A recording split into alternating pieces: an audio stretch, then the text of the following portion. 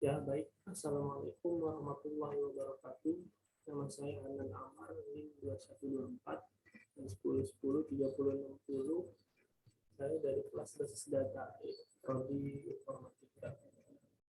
Di sini saya akan menjelaskan tentang analisa basis data modul keempat yang tugasnya itu pertama memberi nama pada relationship. Yang kedua, menentukan optionality dari setiap relationship di entity yang terlibat. Soal ketiga itu tentukan cardinality di setiap entity. Soal nomor 4 itu membuat IRD. Yang kelima, membaca relationship menggunakan IRDish.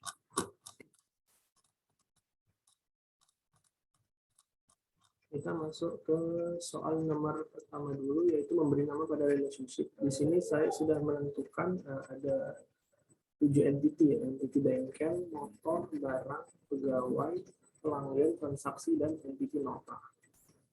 Yang pertama itu ada entity bengkel. Entity bengkel ini mempunyai relationship dengan barang, yaitu bengkel menjual barang karena di setiap bengkel pasti kan ada barang yang dijual, atau pasti kan misalnya jual oli atau jual spare part sepeda motor gitu kan, pasti bengkel menjual sebuah barang. Terus bengkel mempunyai relationship dengan pegawai karena di setiap bengkel kemungkinan memiliki pegawai, terdiri dari pegawai karena di setiap bengkel membutuhkan pegawai. Mungkin bosnya atau ownernya kerja sendiri. Di bengkel ini sendiri juga memiliki relationship dengan pelanggan karena di setiap bengkel pasti ada pelanggan yang beli. Yang kedua, motor memiliki relationship dengan pelanggan karena pelanggan yang datang ke bengkel kemungkinan membawa motor untuk diservis di bengkel tersebut. Nah, pelanggan tersebut biasanya menaruh motornya di bengkel tersebut. Nah, itu mempunyai relationship. Yang kedua, motor memiliki relationship transaksi karena masuk ke transaksi karena jika orang menservis motor, otomatis nama motor, data-data motor itu masuk ke option atau database transaksi. Barang, lalu selanjutnya barang memiliki relationship dengan bengkel karena barang ini ada di dalam bengkel itu sendiri, yang dimana barang ini kan tersedia yang seperti tadi, oli, spare part, dan lain-lain itu kan ada di dalam bengkel itu sendiri.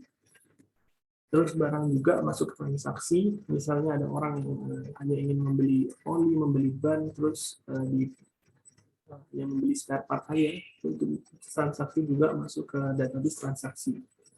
Yang selanjutnya ada entity pegawai. Entity pegawai ini memiliki relationship yang terdiri atas bengkel karena ya tadi seperti yang saya bilang, pegawai di setiap bengkel itu pasti kemungkinan memiliki pegawai.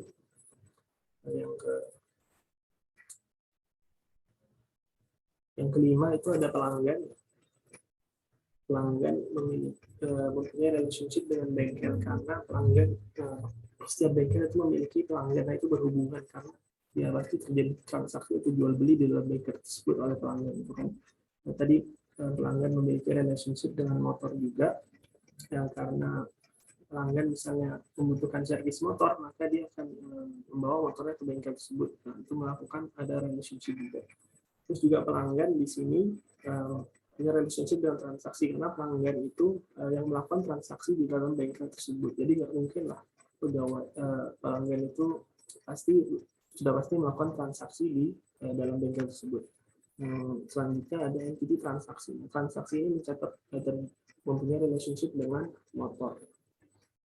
Kenapa? Karena di dalam transaksi itu mencatat jenis motor atau database motor yang misalnya diservis, nah itu otomatis ketika motor kita ditaruh di bengkel tersebut, otomatis database-nya tercatat di dalam transaksi. Terus transaksi juga sama seperti tadi, transaksi juga terdiri atas barang, misalnya orang membeli sesuatu, membeli oli, membeli spare part, membeli ban atau yang lain-lain, itu pasti akan masuk ke dalam database transaksi. Terus juga transaksi mencatat nama pegawai, mempunyai relationship dengan pegawai karena setiap kita menservis motor atau pegawai yang melayani di dalam bengkel tersebut otomatis dimasukkan ke database transaksi. Misalnya kita naruh motor, otomatis nama mekanik atau nama pegawainya itu dicatat di dalam database transaksi. Nah, pelanggan transaksi memiliki relationship dengan pelanggan karena transaksi itu dilakukan oleh pelanggan. Ya, pelanggan tadi otomatis melakukan transaksi di dalam bengkel tersebut. Yang selanjutnya, transaksi memiliki relationship dengan nota karena di dalam transaksi itu menjabarkan data-data yang database yang ada dari nota. Kan habis transaksi otomatis kita mengeluarkan bond atau struk ya, seperti nota itu. Nah, itu terdiri dari transaksi apa saja yang dibeli motor. Terus yang selanjutnya ada entity nota. Entity nota ini memiliki relationship dengan transaksi karena di dalam transaksi itu di nota itu mencetak database transaksi itu tadi. Lalu soal nomor 2 itu menentukan optionality dari setiap relationship di entity yang terlibat. Di sini yang pertama ada entity bengkel dengan pegawai. Optionality bengkel tidak wajib karena setiap cabang bengkel belum tentu ada pegawai. Iya, kenapa begini? Karena bisa saja ada bengkel yang baru buka cabangnya yang hanya memiliki tempatnya saja, belum ada pegawainya. Terus optionality pegawai wajib karena data pegawai perlu dicatat sebagai data identitas pegawai di dalam data tersebut. Nah, otomatis misalnya kita sebagai pegawai bekerja di suatu bengkel, kan otomatis data kita dicatat di dalam perusahaan tersebut, di dalam bengkel tersebut. Nggak mungkin kita hanya kerja cuman datanya nggak dicatat. Terus yang selanjutnya ada entity bengkel dengan pelanggan. Optionality bengkel wajib di sini karena umumnya setiap bengkel memiliki pelanggan. Sebenarnya bisa wajib, bisa enggak sih, karena bengkel bisa saja suatu hari itu misalnya suatu hari itu nggak ada pelanggan sama sekali gitu, sepi bengkel, itu bisa berkemungkinan. Nah, selanjutnya optionality pelanggan tidak wajib karena data pelanggan tidak perlu dicatat dalam data sebuah bengkel. Ya, misalnya kita beli barang di bengkel atau nyervis motor di bengkel, kan nggak mungkin nama kita dicatat di database bengkel, kan nggak ada hubungannya gitu. Motor pelanggan. Terus yang selanjutnya relationship antara motor dengan pelanggan. Optionality motor di sini wajib karena setiap mencatat data motor harus mencantumkan data-data database dari pemilik motor tersebut. Jadi misalnya kita sebagai pelanggan, sebagai pemilik motor menservis motor di bengkel tersebut, nah, otomatis data kita seperti nama, nomor antrian, dan nomor telepon itu otomatis dicatat di database motor untuk supaya bisa menghubungi gitu dengan mudah. Lalu optionality pelanggan tidak wajib karena setiap pelanggan belum tentu membawa motor ke bengkel tersebut. Ya, karena bisa saja pelanggan itu hanya ingin membeli spare part, misalnya ingin membeli oli, membeli ban, terus dia hanya membutuhkan itu dibawa pulang ke rumahnya, jadi dipasang sendiri bisa jadi. Terus yang selanjutnya relationship barang sama bengkel. Optionality barang wajib karena setiap barang yang tersedia meliputi nama, stok, jenis harus dicatat di dalam bengkel. Jadi misalnya di dalam bengkel itu ada sebuah jenis barang, otomatis barang tersebut dicatat. Misalnya di bengkel ini ada punya barang oli. Nah, otomatis oli tersebut jenisnya dicatat, oli jenis A, jenis A, jenis B, itu otomatis dicatat. Stoknya ada berapa, itu otomatis harus dicatat di dalam bengkel, di dalam database bengkel. Supaya untuk mengetahui stok barang yang ada di bengkel tersebut. Terus di optionality bengkel tidak wajib untuk mencatat data bengkel, tidak perlu mencantumkan nama barang dan sebagainya. Misalnya kita mencatat database bengkel, di database bengkel nggak mungkin lah kita harus mencatat nama obeng, nama oli, nama merek ban, nggak mungkin kan. Jadi tidak wajib. Terus yang selanjutnya ada selanjutnya adalah optionality dari transaksi dan motor. Optionality transaksi ini tidak wajib karena untuk mencatat data motor tidak perlu mencatatkan data dari transaksi. Jadi gini, misalnya kita nyervis motor, data dari transaksi itu nggak perlu dicantumkan ke data motor kita gitu kan, nggak ada hubungannya. Jadi ngapain gitu? Jadi ya optionality di sini tidak wajib. Terus optionality motor wajib karena ketika mencatat data dari sebuah transaksi hasil servis, maka kita harus mencatat data dari motor tersebut. Nah, misalnya kita servis motor, ada kendala-kendala gitu kan, otomatis data dari motor tersebut dicatat di dalam transaksi. Misalnya di motor ini memiliki kerusakan di misalnya di aki, ya. Nah, otomatis aki itu kan diganti. Akinya ada jenis apa, jenis aki, jenis A, jenis B, otomatis aki tersebut masuk ke dalam database transaksi karena ya nanti ujungnya berhubungan dengan transaksi database nota. Yang selanjutnya ada optionality transaksi dengan barang. Optionality transaksi wajib karena transaksi menyimpan data mengenai hal-hal yang berkaitan dengan hasil servis motor. Jadi misalnya ada orang yang beli barang, ya seperti tadi ganti aki atau itu otomatis dicatat di dalam transaksi itu.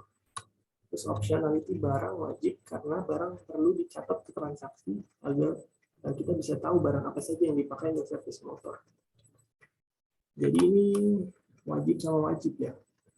Setiap transaksi itu wajib mencantumkan barang, dan di setiap barang perlu dicatat di dalam transaksi supaya tahu barang apa saja yang digunakan di dalam penyervisan motor tersebut. Yang selanjutnya transaksi dengan pegawai. Ya, transaksi dengan pegawai. Optionality transaksi tidak wajib karena di data pegawai kita tidak perlu memberikan data dari transaksi. Jadi misalnya kita menambah data pegawai itu kita nggak perlu mencantumkan database transaksi.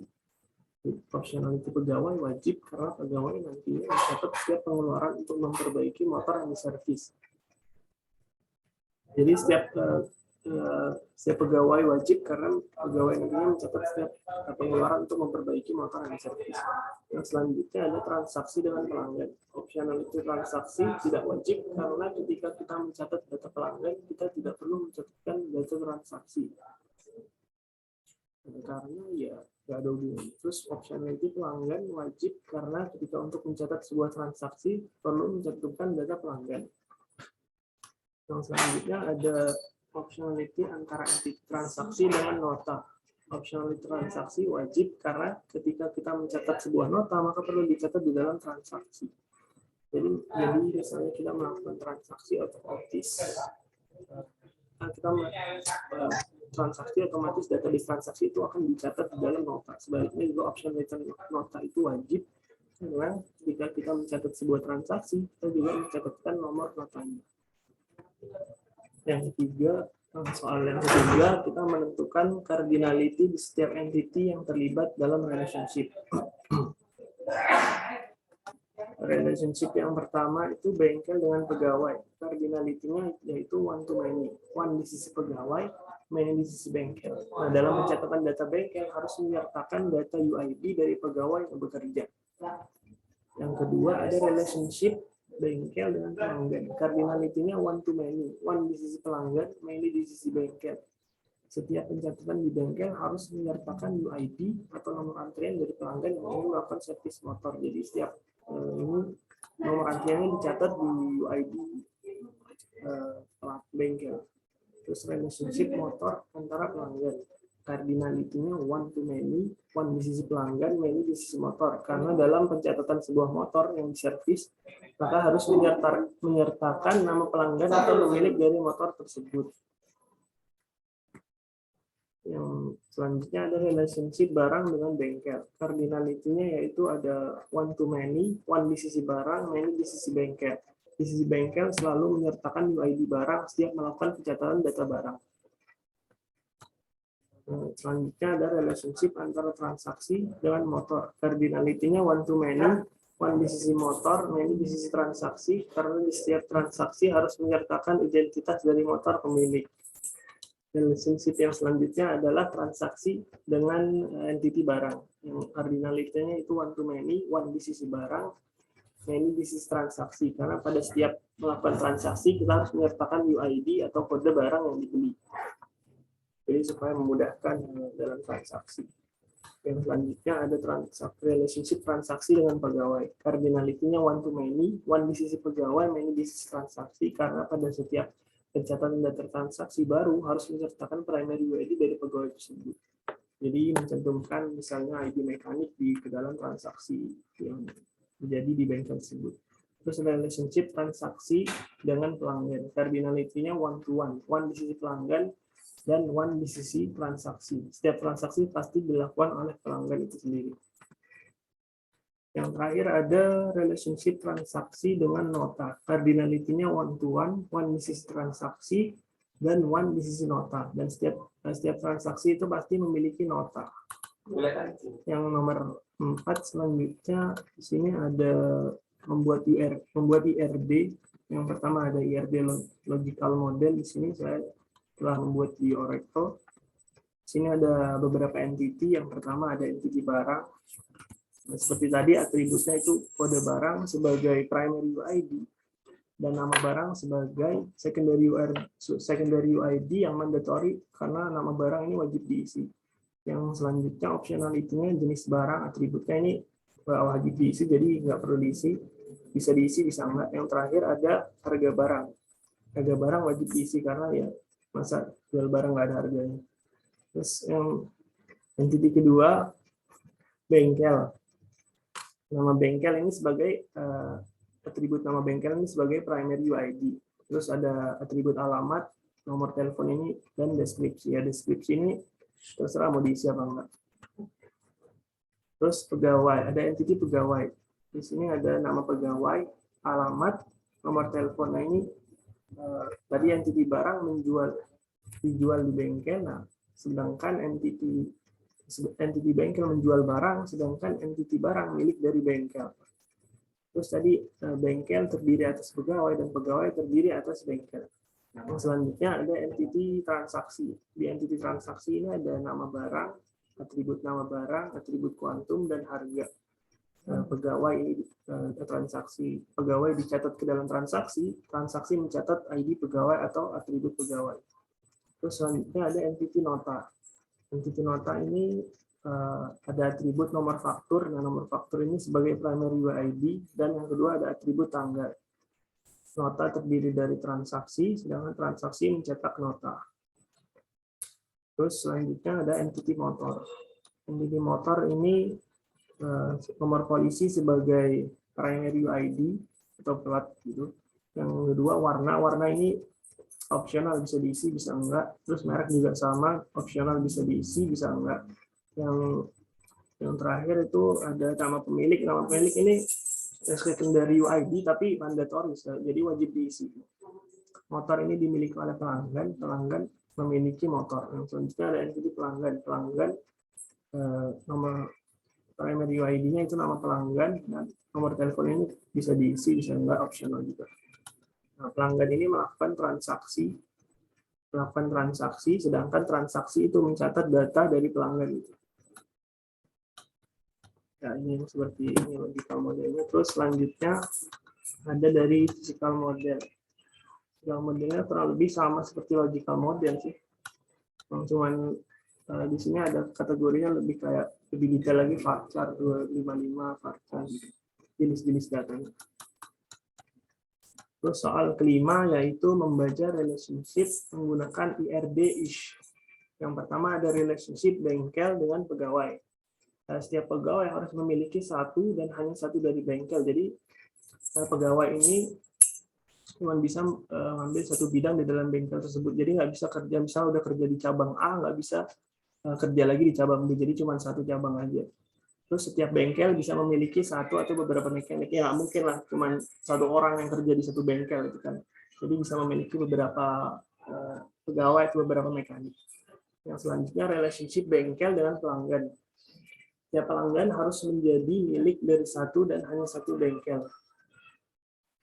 Nah, terus setiap bengkel bisa memiliki satu atau beberapa pelanggan. Jadi di dalam satu bengkel itu bisa terjadi banyak pelanggan yang datang ke bengkel tersebut. Terus ada relationship motor dengan pelanggan. Setiap motor harus menjadi milik dari satu dan hanya satu pelanggan. Jadi di dalam satu bengkel itu satu pelanggan hanya boleh melakukan servis satu motor gitu, setiap satu saat. Terus yang selanjutnya setiap pelanggan bisa memiliki satu atau beberapa motor. relationship selanjutnya barang dengan entity bengkel. Setiap barang harus menjadi milik dari satu dan hanya satu bengkel. Setiap bengkel bisa memiliki satu atau beberapa barang. Misalnya oli merek A itu hanya dimiliki di bengkel ini, tapi di dalam bengkel itu bisa memiliki beberapa jenis oli. Terus relationship transaksi dengan motor. Setiap transaksi harus menjadi milik dari satu dan hanya satu kendaraan. Setiap motor bisa memiliki satu atau beberapa pembelian. Jadi, misalnya motornya ini yang diservis itu ada lebih dari satu. Misalnya kerusakannya ban, aki, dan oli. Nah, itu bisa memiliki satu atau beberapa pembelian, kan. Dan juga setiap transaksi harus menjadi milik dari satu dan hanya satu kendaraan. Jadi, misalnya satu kendaraan itu hanya satu transaksi. Gitu. Terus ada relationship transaksi dengan barang. Setiap barang harus menjadi milik dari satu dan hanya satu barang. Setiap barang bisa memiliki satu atau beberapa jenis transaksi. Sama seperti motor tadi, misalnya ada orang yang melakukan transaksi, itu kan bisa saja membeli lebih dari satu barang. Kan? Terus yang selanjutnya ada relationship transaksi dengan motor. Transaksi dengan pegawai. Transaksi dengan pegawai, setiap transaksi harus menjadi milik dari satu dan hanya satu pegawai. Setiap pegawai bisa memiliki satu atau beberapa transaksi. Jadi satu pegawai ini bisa mengisi di database beberapa database transaksi. Misalnya mekanik A ini bisa melakukan transaksi dengan banyak pelanggan. Terus setiap transaksi juga harus memiliki milik dari satu dan hanya satu pegawai. Jadi hanya satu pegawai yang bisa melakukan satu transaksi. Dan relationship yang selanjutnya relationship transaksi dengan pelanggan. Setiap transaksi harus menjadi milik dari satu dan hanya satu pelanggan. Jadi pelanggan ini hanya tercatat di database transaksi itu satu kali. Misalnya pelanggan A ini melakukan transaksi, nah itu akan tercatat di database hari itu tercatat sekali. Setiap pelanggan bisa memiliki satu atau beberapa transaksi. Jadi tapi di dalam transaksi itu pelanggan bisa membeli beberapa barang, melakukan beberapa transaksi di hari yang sama. Nah, terakhir, relationship transaksi dengan entity nota. Setiap transaksi harus menjadi milik dan milik dari satu dan hanya satu nota. Jadi satu nota itu transaksi itu satu nota. Setiap nota bisa memiliki satu atau beberapa transaksi. Jadi setiap transaksi harus setiap transaksi itu hanya menghasilkan satu nota, nggak mungkin misalnya beli dua barang itu jadi notanya dipisah itu nggak bisa. Jadi setiap nota itu jadi satu, dan setiap nota bisa memiliki satu atau beberapa transaksi. Jadi di dalam nota itu tercatat beberapa transaksi, misalnya yang terjual oli, aki, ban, itu kan bisa lebih dari satu transaksi. Mungkin sekian penjelasan dari saya. Kurang lebihnya mohon maaf. Wassalamualaikum warahmatullahi wabarakatuh.